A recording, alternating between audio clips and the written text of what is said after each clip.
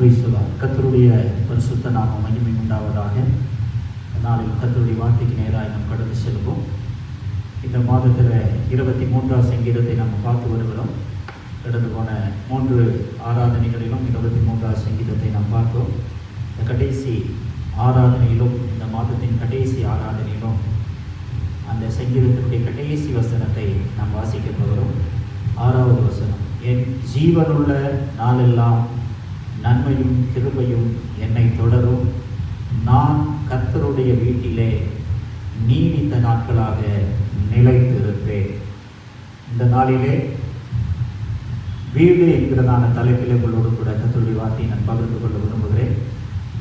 இந்த உலகத்தில் சொல்லுவார்கள் சின்ன வீடு பெரிய வீடு என்று சொல்லி. அது சொல்லும் பொழுது அநேகர் சிரிப்பார்கள்.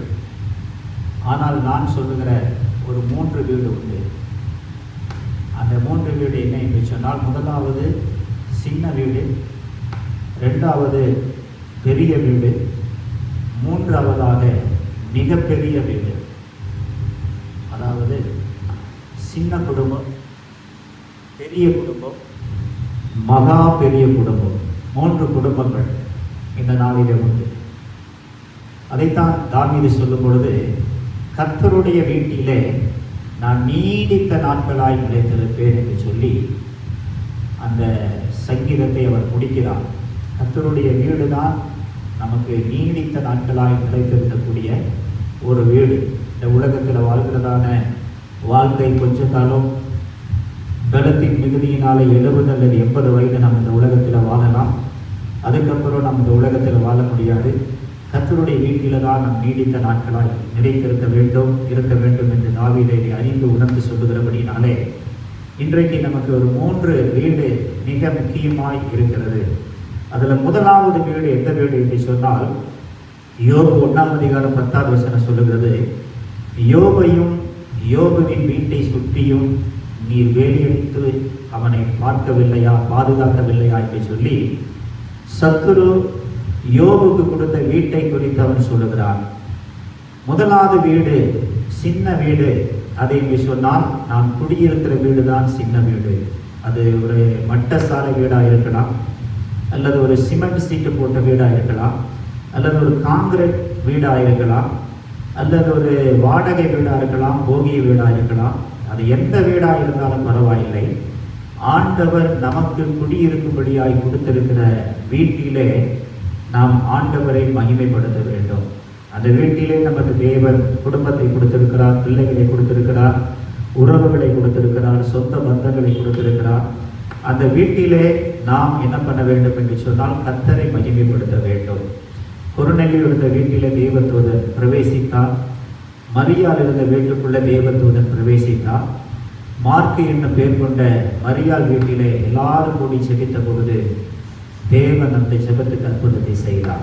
ஆகியினாலே இன்றைக்கு ஆண்டவர் இந்த உலகத்தில் முதலாவதாக சின்ன வீடு என்று சொல்லப்படுகிற ஒரு சிறிய குடும்பத்தை நமக்கு கொடுத்து, அதில் நம்முடைய குடும்பமாய் தேவனை நம் மகிமைப்படுத்தும்படியாக, வாழும்படியாக, உழைக்கும்படியாக, பிழைக்கும்படியாக தேவன் இந்த உலகத்திலே நமக்கு ஒரு இடத்தை கொடுத்திருக்கிறார்.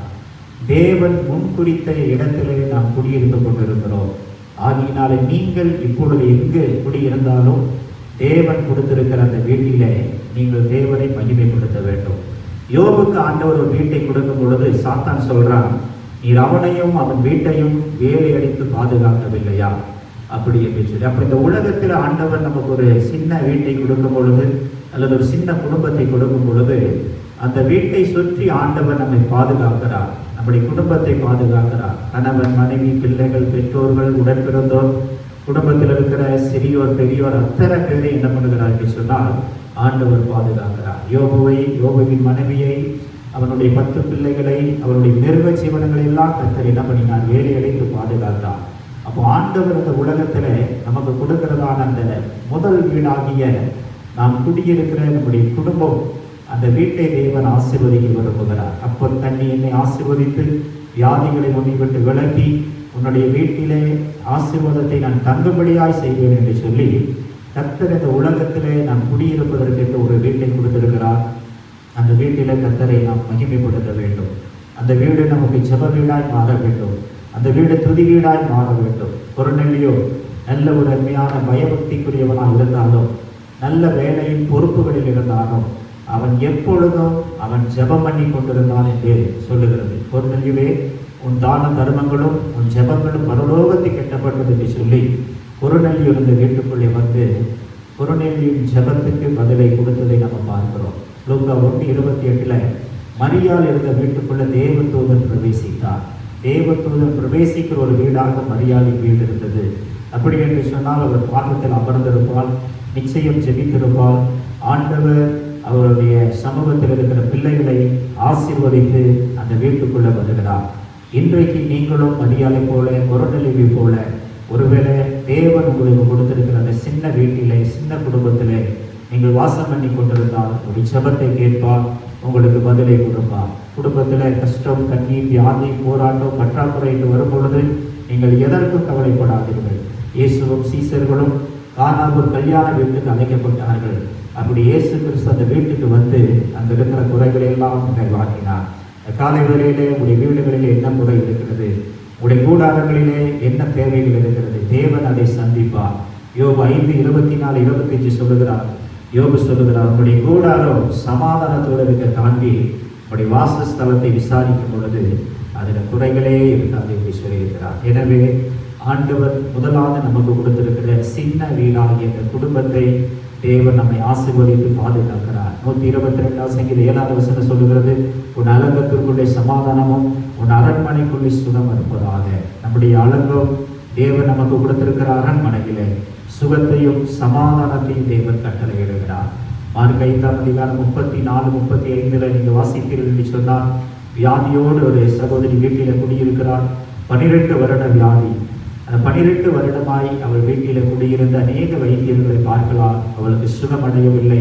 ஆண்டவரை குறித்து கேள்விப்பட்டு அவருடைய வஸ்திரத்தின் ஓரத்தை தொடுவேன் என்று விசுவாசத்தோடு தொட்ட பொழுது ஆண்டவர் சொன்னார், மகளே, உன் விசுவாசம் உன்னை ரட்சித்ததே, உன் வேதனை நீங்கி நீ சுகமாய் வீடு திரும்புவாயாக. அது வரைக்கும் அவருடைய வீடு வியாதியின் வீடாக இருந்தது, பலவீனத்தின் வீடாக இருந்தது, பலவிதமான கஷ்டம், நஷ்டம், இழப்பக்கூடிய வீடாக இருந்தது. ஆனால் எப்பொழுது அவள் ஆண்டவரை தேடி வந்து ஆண்டவருடைய வஸ்திரத்தை தட்டாலோ அப்பொழுது அவள் வீட்டுக்குள்ளே, அவருடைய அலங்கத்திற்குள்ளே சுகம் வந்தது, அவருடைய அலங்கத்திற்குள்ளே சமாதானம் இருந்தது, அவருடைய கூடாரத்திலே ஆண்டவருடைய ஆசீர்வாதம் தங்கினது. இன்றைக்கு நம்முடைய வாழ்க்கையிலே தேவன் நமக்கு கொடுத்திருக்கிற வீட்டை ஆசீர்வதிக்க விரும்புகிறார். உடைய கணவரை, உடைய மனைவியை, உடைய பிள்ளைகளை, உடைய பெற்றோர்களை, குடும்பத்தில் இருக்கிற சிறியோரை, பெரியோரை தேவன் ஆசீர்வதிக்கிறார். அவரால் ஒரு குடும்பத்தை ஆசீர்வதிக்கிற தேவன், இஸ்ரவேல் குடும்பத்தை ஆசீர்வதிக்கிற தேவன். நீங்கள் எந்த வீட்டில் குடியிருந்தாலும் அந்த வீட்டிலே உங்களை ஆசீர்வதிக்க தேவன் போதுமானவராயிருக்கிறார். தேவனே, உமது ஆசீர்வாதத்தினாலே உமது அடியானின் வீடு என்றென்றைக்கும் ஆசீர்வதிக்கப்பட்டிருப்பதாக. ஆண்டவர் நமக்கு கொடுத்திருக்கிற வீடு ஆண்டுடைய வருகை மட்டும் ஆசீர்வாதமாக இருக்கும், சுகமாக இருக்கும், சமாதானமாக இருக்கும். இந்த காலைகளிலே உடைய அலங்கத்திற்குள்ளே என்ன குறைகள் இருந்தாலும், என்ன பலவீனம் இருந்தாலும் இயேசு சொல்லுகிறார், உன் அலங்கத்திற்குள்ளே சமாதானம் இருக்கும், உன் அரண்மனைக்குள்ளே சுகம் இருக்கும் என்று சொல்லி ஆண்டவர் நம்முடைய வீட்டை அவர் ஆசீர்வதிக்கிறார். இயேசு கிறிஸ்து இந்த உலகத்தில் வந்து நம்மை பரலோகத்தை அழைத்து செல்லும் வரை நமக்கு குடியிருப்பதற்கு ஒரு வீடு தேவை. ஒருவேளை ஆண்டவர் அந்த வீட்டை நமக்கு கொடுத்து அவர் ஆசீர்வதித்து வருகிறார். ஒருவேளை இதுவரைக்கும் வீடு இல்லாமல் இருப்பீர்கள் என்று சொன்னால் கர்த்தருடைய சமூகத்தில் நீங்கள் ஜெபம் பண்ணுங்கள், ஆண்டவர் உங்களுக்கு வீட்டை தருவார். சங்கீதம் 68 சங்கீதம் 6 சொல்லுகிறது, கர்த்தர் தனிமையானவர்களுக்கு வீடு வாசலை ஏற்படுத்தி கொடுக்கிற ஆண்டவர். வீடு இல்லாமல், வாசல் இல்லாமல் ஒருவேளை நீங்கள் அழைத்து கொண்டிருக்கலாம், அடிக்கடியாக வீட்டை மாற்றி கொண்டிருக்கலாம், குடியிருப்பதற்கு ஒரு வீடு இல்லையே என்று சொல்லி நீங்கள் கஷ்டப்பட்டு கொண்டிருக்கலாம். கர்த்தர் சொல்லுகிறார், உங்களுக்கு ஒரு வீட்டை ஏற்படுத்துவார். தேவ சமூகத்தில் நீங்கள் ஜெபம் பண்ணுங்கள். ஒருவேளை நீங்கள் குடியிருக்கிற வீட்டையே கர்த்தர் உங்களுக்கு சொந்தமாக்கி தரலாம், அல்லது நீங்கள் கட்டாத ஒரு வீட்டிலே தேவன் உங்களை போய் குடியிருக்க வைக்கலாம், அல்லது நீங்கள் பிரயாசப்பட்டு இன்றைக்கு கட்டி கொண்டிருக்கிற வீட்டை ஆண்டவர் மகிமையாய் முடித்து அதில் உங்களை கொண்டு போய் ஆசீர்வதித்து இந்த உலகத்திலே உங்களை மேன்மைப்படுத்துவதற்கு அவர் வல்லவராக இருக்கிறார். ஆகையினாலே ஆண்டவராக இயேசு கிறிஸ்து வருவதை இந்த உலகத்தில் நமக்கு குடியிருப்பதற்கு ஒரு இடம் தேவை. எனவே வீடு வாசல் இல்லாமல் இருந்தால் தேவ சமூகத்தில் ஜெபம் பண்ணுங்கள். தேவன் சீக்கிரத்தில் உங்களுக்கு ஒரு வீட்டை தருவார், ஒரு நிலத்தை தருவார், உங்களுக்கு ஒரு நல்ல கட்டடத்தை தருவார்.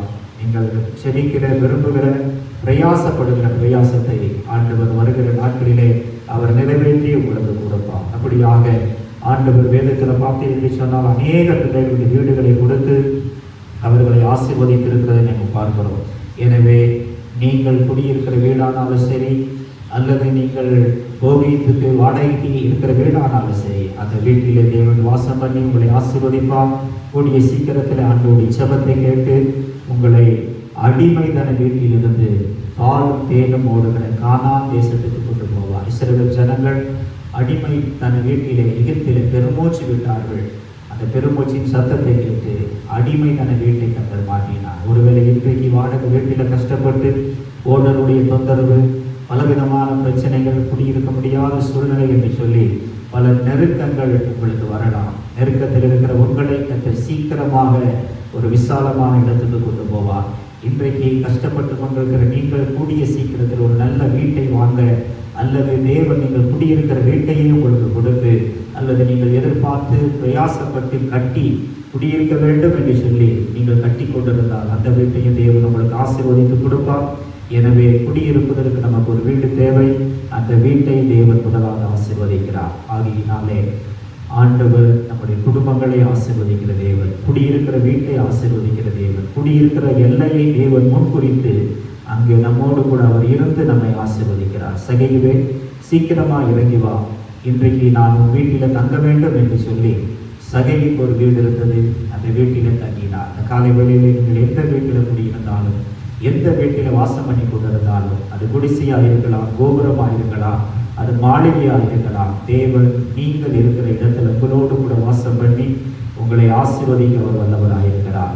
சகையின் வீட்டில் தங்கின ஆண்டவர் இந்த காலை வேளையில் நீங்கள் குடியிருக்கிற வீட்டில் தங்குவார். நீங்கள் அந்த வீட்டில் குடியிருந்து தேவனை தொடர்ந்து மகிமைப்படுத்தி கொண்டிருங்கள்.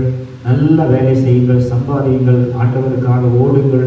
கர்த்தர் உங்களுக்கு ஐஸ்வர்யத்தை சம்பாதிக்கிற பலனை கொடுத்து எதிர்காலத்தில் நல்ல வீடுகளை வாங்க, வீடுகளை கட்ட ஆண்டவர் உங்களுக்கு கிருபை செய்வாராக.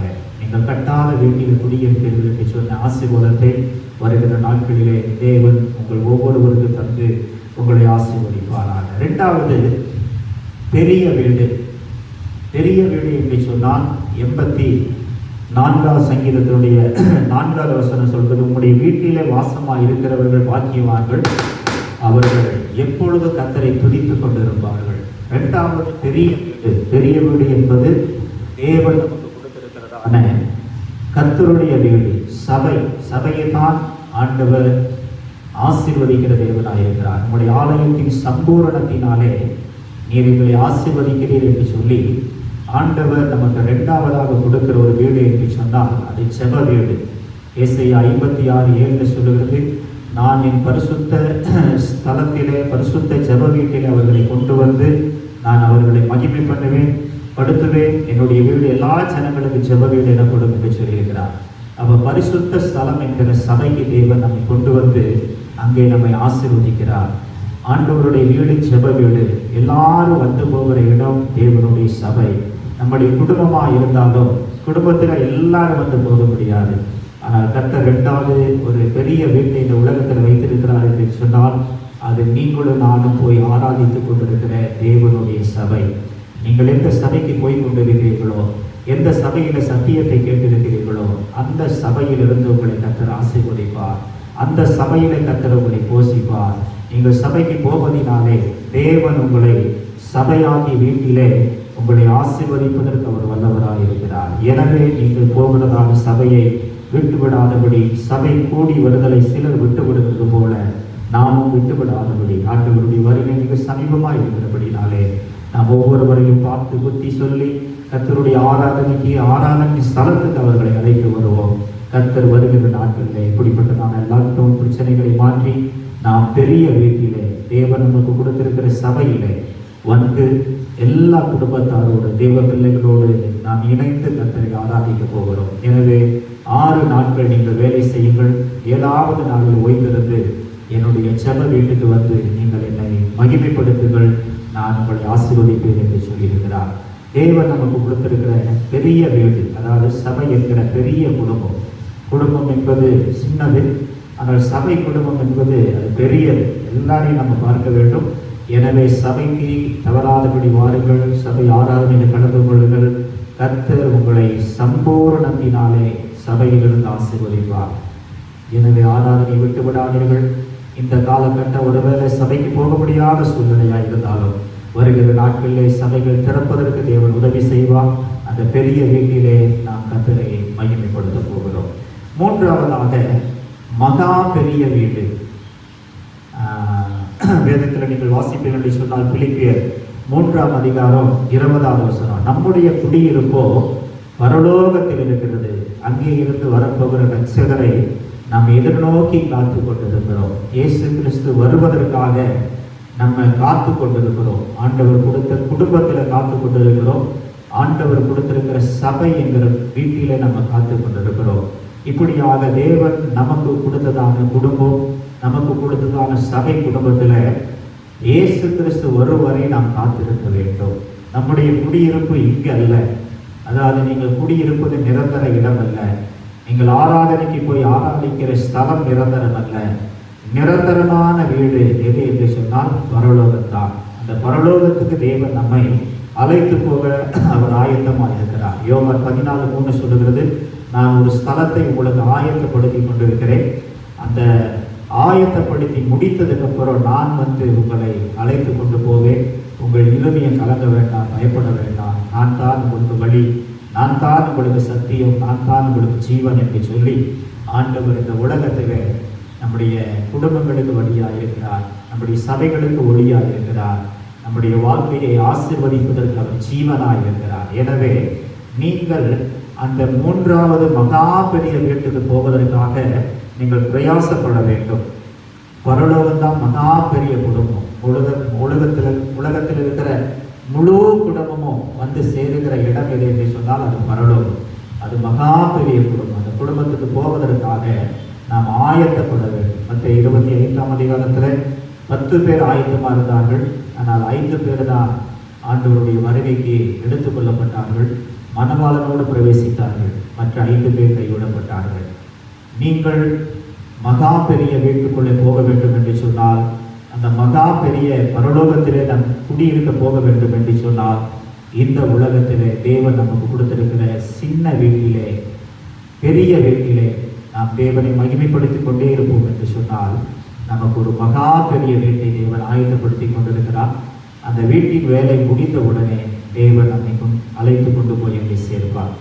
ஒருவேளை ஆண்டோடைய வருகை சீக்கிரமாக இருக்குமானால் நாம் எல்லாரும் அங்கே போவோம். இல்லது ஆண்டவர் நமக்கு இந்த உலகத்தில் எத்தனை நாட்கள் வாழ்வதற்கு நமக்கு ஆயுசு நாட்களை கூட்டி கொடுத்திருக்கிறாரோ அது வரைக்கும் நாம் சபைகளிலும் குடும்பங்களிலும் ஆண்டவரை தொழுது கொண்டு ஆண்டவருக்கு மகிமையாய் சாட்சியாய் வாழ்ந்தால் அந்த பரலோக வீட்டிலே நாம் குடியிருக்கக்கூடிய வீட்டிலே நம்மை கொண்டு போய் வைப்பார். எனவே தாவீது சொல்கிறார், நான் கர்த்தருடைய வீட்டிலே நீடித்த நாட்களாய் நிலைத்திருப்பேன். நீடித்த நாட்களாய் நிலைத்திருக்கிற வீடு என்று சொன்னால் அது பரலோகத்தினுடைய வீடு. அந்த பரலோக வீட்டுக்கு போவதற்கு இந்த உலகத்தில் நாம் ஆயத்தப்படுத்துவோம், அநேகரை ஆயத்தப்படுத்துவோம். மாறனாக இயேசு சீக்கிரமாய் வரப்போகிறார், வந்து நம்ம எல்லாரையும் பரலோகத்துக்கு கூட்டிக் கொண்டு போகிறார். ஆகியனால் இந்த காலையிலே தேவன் இந்த வார்த்தையின்படி உங்களை ஆசீர்வதிக்க போகிறார். முதலாவது சின்ன வீடு, 2வது பெரிய வீடு, 3வது மகா பெரிய வீடு. சின்ன குடும்பம், பெரிய குடும்பம், மகா பெரிய குடும்பம். அந்த மகா பெரிய குடும்பத்துக்கு தேவன் நம்மை அழைத்து செல்ல சீக்கிரமாய் வரப்போகிறார்.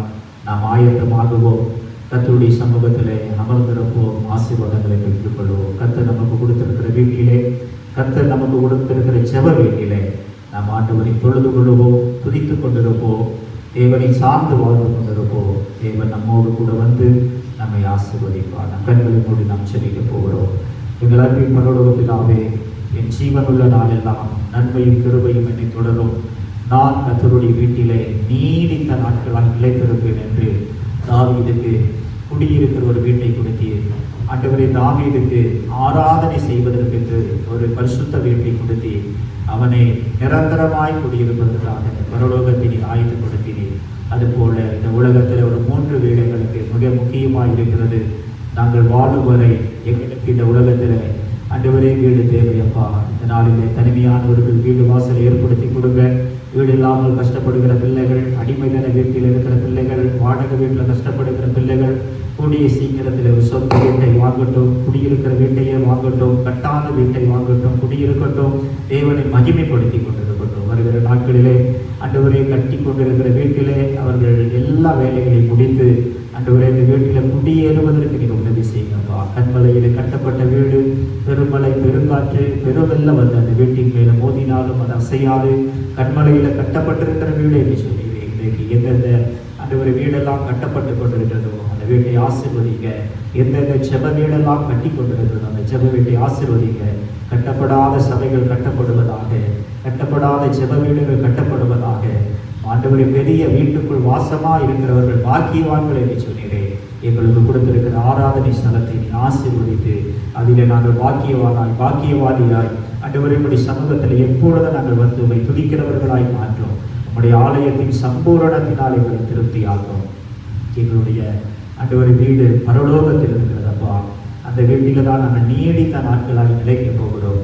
அந்த வீட்டுக்கு நாங்கள் போகும் வரை இந்த சின்ன வீட்டிலே, இந்த பெரிய வீட்டிலே நாங்கள் உம்மை துதித்து ஆராதித்து மகிமைப்படுத்தி வாழ்நாளெல்லாம் நாங்கள் களி கொடுத்து மகிழும்படியாக ஒவ்வொரு நாளும் உடைய கிருபையினாலே நீர் எங்களை திருப்தியாகும்படியாக நாங்கள் செபிக்கிறோம். கர்த்தாவே, இந்த காலை வேளையில் யோகவின் வீட்டையும் அவனுக்கு உண்டான எல்லாவற்றையும் நீ வேலையளித்தது போல பார்த்து கொண்டிருக்கிற கேட்டுக்கொண்டிருக்கிற பிள்ளைகள் வீடு குடும்பங்கள் எல்லாவற்றையும் நீ வேலையளித்து பாதுகாத்து கொள்ளும். ஆண்டவரே, சின்ன வீட்டை ஆசீர்வதியும், சிறிய குடும்பத்தை ஆசீர்வதியும், பெரிய வீட்டை ஆசீர்வதியும், பெரிய குடும்பத்தை ஆசீர்வதியும். மகா பெரிய குடும்பத்துக்கு எங்களை அழைத்து செல்ல நீ சீக்கிரமாய் வரப்போகிறேன். நீர் வருவதற்கு நாங்கள் ஆயத்தப்பட்டு ஆயத்தமுள்ளவர்களாய் காத்திருக்க எங்களுக்கு உதவி செய்யும். இந்த மாதம் 1ஆம் தேதியிலிருந்து 28 நாட்களும் ஏந்தி தாண்டி சுமந்து கடைசி ஆராதனை காண வைத்து எங்களை பங்கு பெற வைத்தீரே உமக்கு நன்றி. இந்த மாதத்தை முடிக்கக்கூடிய ஆண்டவரே மீதம் உள்ள சில நாட்களிலும் நன்மையும் கிருபையும் எங்களை தொடர்ந்து ஒரு புதிய மாதத்துக்கு நேராக எங்களை அழைத்து செல்கிறார்.